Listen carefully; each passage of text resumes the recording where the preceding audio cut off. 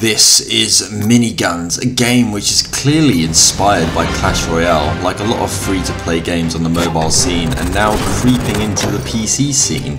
This game is available for free on Steam right now and also available on mobile devices, Android and iOS. But should you try it out, or is it a simple copy and paste of Clash Royale? So to put it simply, it's not a simple copy and paste job at all. Yes, it clearly has heavy inspiration from the extremely popular Clash Royale, but it certainly does have a mashup of genres, or at least it attempts to. Ripote's game keeps the same structure as Clash Royale, being mainly a PvP game that gives you a deck of cards which you drag onto the battlefield in a designated lane to go and try and destroy the enemy base. Throughout the short 3-minute matches, you'll gradually gain more power, which will allow you to play more cards or more powerful ones. One of the twists, however, in this game is there are 3 lanes to go down instead of 2. Each of these lanes is not cut off from each other, however, so your units can still attack enemies in the next lane to them and even get dragged into their set lane.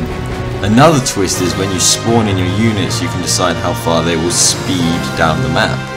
When they are doing this, they will only stop to attack if blocked, so if you're on the front foot you can speed your units up towards the enemy base. Another slight difference we have is the fact that care package drops happen within the match, which will grant you bonus energy points for collecting them. 2 always drop at the start and they will randomly drop in during the match. Picking these up will allow you to obtain energy fast and perhaps get 1 up on your opponent.